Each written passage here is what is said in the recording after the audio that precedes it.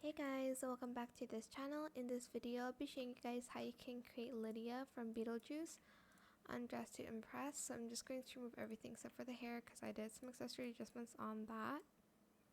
So for the hair, I used these bangs in all black, positioned the X at 0.52, Y at 0.53. Then I used this hair in all black too in the short toggle.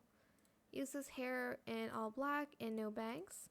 Position the Y at 0.52 and then select this hair and no bangs in black. Then select the veil from VIP, color it this color B31417 and rotate the X to 0.56, and the second color I did black just to be behind the hair, I guess.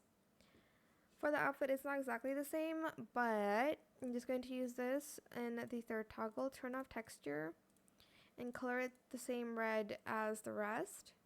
Use the trendsetter skirt, but this time with ruffles on. And then we're also going to grab this top here in no details, undershirt, gems, and bows. We just want the lace. Color it that same red in all matte, like so. For the outfit, we are also going to use this shirt here, this one, in red. Okay, that did not happen when I put that on. What happened? I think it's because I put this one first and then that one. I'm like now unsure what I actually wore. I did use that one though. Oh, I did use that one. I just covered it up with this item here.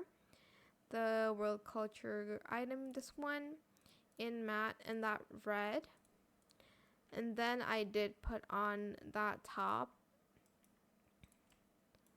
There we go, in red. It doesn't actually make a difference. I don't know why I did put that on.